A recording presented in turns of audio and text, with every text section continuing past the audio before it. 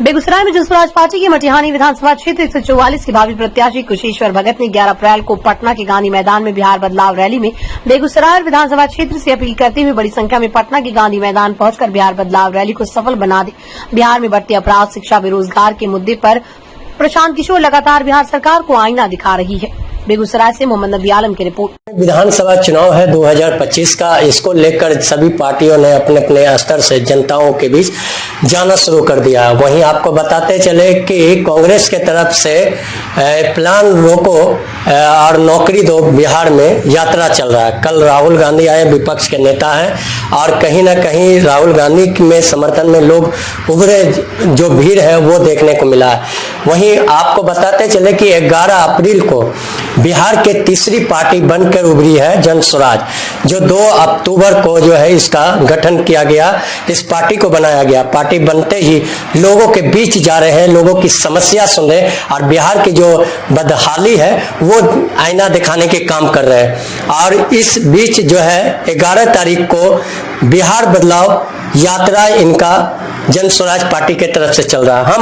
हम वहीं इसी बात को लेकर आज बात करेंगे। मटिहानी के भावी उम्मीदवार है कुशेश्वर भगत सिंह है, जो मटिहानी से अपने जनताओं के बीच जा रहे हैं, जनता से मिल रहे हैं और कैसा प्यार मिल रहा है वो जानना चाहिए। पहले सर 11 तारीख को प्रशांत किशोर का एक रैली है, बिहार बदलाव। बिहार क्या कहाँ गया है बिहार? देखिए नबी साहब, पहले बहुत बहुत धन्यवाद आपको। 11 की रैली एक रैली मात्र नहीं है, इतिहास का वो पल होगा जहां पर कि आप देखेंगे कि हमारी जो सोच है कि हम बिहार को अच्छा देखना चाहते हैं। अगर अच्छा देखना चाहते हैं तो लोग पूरे बिहार से इस रैली में भाग लेने आ रहे हैं।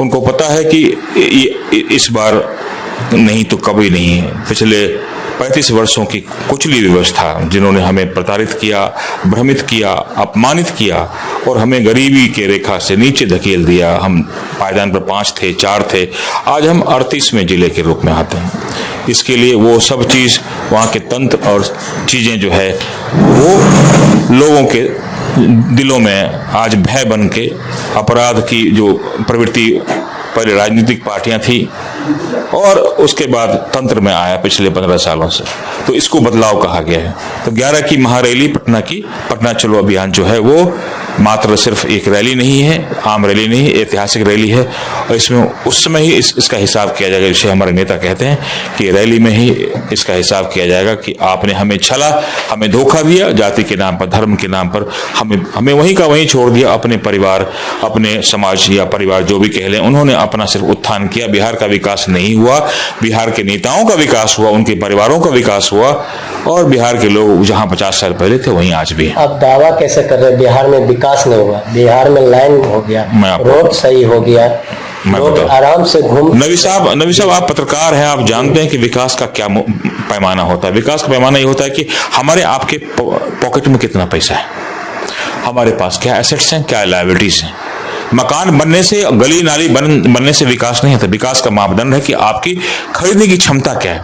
आज आपसे हमसे पूछा जाए कि आप भी युवा हैं, 30 के नीचे हैं, 30 के ऊपर हैं, आपके बैंक में 5 लाख रुपए नहीं है सेविंग। क्यों नहीं है? क्योंकि आप जो कमाते हैं उससे ज्यादा खर्च हो जाता है, बचता नहीं है। तो परचेजिंग पावर जब हमारे बिहार के लोगों की नहीं है तो उसी को गरीबी कहते हैं।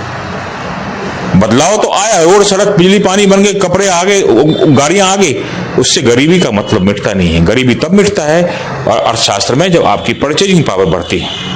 आपकी परचेजिंग पावर कितनी है ये डिपेंड करता है कि आज हम 1 रुपए में 1 किलो दही खरीदते थे या 1 किलो घी खरीदते थे 50 साल पहले, आज हम 800 में खरीदते हैं, लेकिन फिर हमारा बचता वही 1 रुपया भी नहीं है। 1 रुपया था तो हमारा 8 नहीं बचता था, अब 800 का 800 खत्म हो जाता है हमारा। तो परचेजिंग पावर हमारी बढ़ी, लेकिन हमारी परचेजिंग कैपेसिटी वहीं की वहीं है। विधानसभा चुनाव है, उससे पहले भी उप चुनाव हुआ, उसमें भी सफलता नहीं मिला।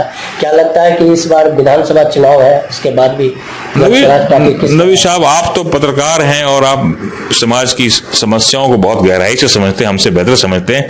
एक पार्टी को बने हुए सिर्फ 6 दिन हुआ था, 2 अक्टूबर को पार्टी बनी और 13-14 के बाद वोट हो रहा है, 13 को वोट हो रहा है। तो आप समझिए हम 10% ले गए, 10% उनको मिला, ओवैसी जी टाइप के लोगों को जो पिछले कई सालों से राजनीति में हैं। हम हारे नहीं, हमारे लिए बहुत बड़ी जीत है। पार्टी के 6-10 दिन में आपको 10% का वोट मिलता है। एक पार्टी जो 30 साल से 40 साल में उनको मिलता है हमारे बराबर का वोट मिलता है, तो हमारी उपलब्धि वहां है, हमारी उपलब्धि वहां है। हम हारे नहीं, एक मोटिवेशन हुआ। एमएलसी के चुनाव में भी हम नंबर 2 पर रहे। तो तरारी और बेलागंज और इमामगंज वाला जो आपका उपचुनाव है वो एक हमारे लिए ट्रेलर की तरह आप कह सकते हैं बिहार के लोगों के लिए ज्यादा इंपॉर्टेंट था कि उन्होंने हमें समर्थन दिया। वो चाहते हैं बदलाव हो। तो भूमाफिया, बालू माफिया और जो और भी लोग समाज के असामाजिक लोग हैं जिन्होंने पूरा कब्जा कर रखा है, उसको समय लगेगा उसको तोड़ने में। तो अब लोग समझना शुरू कर चुके हैं कि इस भ्रष्ट तंत्र से, इस जो कुचली व्यवस्था है जहां पर निजी स्वास्थ्य, परिवारवाद, जातिवाद, धर्म विशेष के प्रति सिर्फ उसको एक लालच देकर उसका इस्तेमाल करना है, इस सब की राजनीति नहीं होने वाली। जनसुराज इन सब बातों को से हटके विचारधारा है, सही लोग, सही सोच, सामूहिक प्रयास। आपने जो है राजनीतिक में है, आप एक वक्ता के रूप में है, जनसुराज ही पार्टी क्यों पकड़े हैं? पिछले 40 वर्षों से अखबार पढ़ रहा हूं नबी साहब मैं सोचता हूं कई बार की जो नेताओं के स्टेटमेंट्स को, उनके विचारधाराओं को, उनके जीवन को पढ़ा है मैंने। पसंद नहीं? मैं आदमी विशेष की बात नहीं करूंगा। जिस परिकल्पना से पार्टी का निर्माण हुआ था, जब जेपी के आंदोलन के प्रोडक्ट्स हैं सब जितने भी हैं, नीतीश हैं, लालू हैं या जो भी हैं लोग, उसी के, चाहे वो ललन सिंह हो, सब उसी जेपी आंदोलन के प्रोडक्ट हैं। जिस विचारधारा से एंटी कांग्रेस के जो रेजिम थी उसके अगेंस्ट आए थे, आज उनके साथ चलने को तैयार हैं, चलते भी हैं, चले भी जब जहां मौका मिला वहां। इनकी कोई विचारधारा नहीं रही, इनकी विचारधारा बिल्कुल अपने स्वार्थ के कारण बदलती रही। तो मुझे लगा कि जब प्रशांत जी ने 2013 के बाद रणनीतिकार बने, उसके बाद लोगों के सामने देखा कि उन लोगों ने उनको पढ़ना शुरू किया कि ये भी हैं जो पार्टी जिताते हैं, बनाते हैं, सलाह देते हैं, चाणक्य हैं। उनकी पूरी जीवनी को 10 साल के कार्यकलापों को पढ़ता रहा मैं, एज ए इंडिविजुअल बिहारी होने के नाते कहीं भी रहा, पढ़ा, हर मीडियम में, चाहे वो टीवी हो या उनके भाषण हो, हार्वर्ड में या स्टैनफोर्ड में इन्होंने अपने स्टेटमेंट दिए, बच्चों को एड्रेस किया, वहां बहुत सारी चीज, इंटरनेशनल फोरम पर बात की, इंटरनेशनल मीडिया में बात की। इससे मैं बहुत प्रभावित हुआ। 2022 के आसपास उन्होंने पदयात्रा शुरू की, मैं उसको वॉच करता रहा। 2024 में अक्टूबर में जब अनाउंसमेंट हुआ तो मैं वहां साक्षी बना और मुझे लगा कि ये सोच हमारी मिलती है और ये हमारी सिर्फ अकेले की नहीं, आज 14 करोड़ बिहार की जनता के लिए एक स्वर्णिम अवसर है, एक अपॉर्चुनिटी है जहां पर कि ऐसी विचारधारा के लोग जो शुद्ध मन से और शुद्ध चेतना से और एक ऐसी भावना से जो जीवन में सब कुछ हासिल करने के बाद समाज के प्रति आ रहे हैं, ये कोई ऐसे बैकग्राउंड के लोग नहीं है जो राजनीति में आने के बाद अपने रिसोर्सेज को इकट्ठा करने की कोशिश करेंगे या अपना घर भरने की कोशिश करेंगे। सामान्य भाषा में अपना विकास करने वाले कोई हम सब नहीं है। जीवन की इस यात्रा में हम लोग वो सब चीज देख चुके हैं जो एक आम इंसान देखता है और सब अच्छे विचारों से जुड़े हुए लोग थे, इसलिए हमने इसको चुना।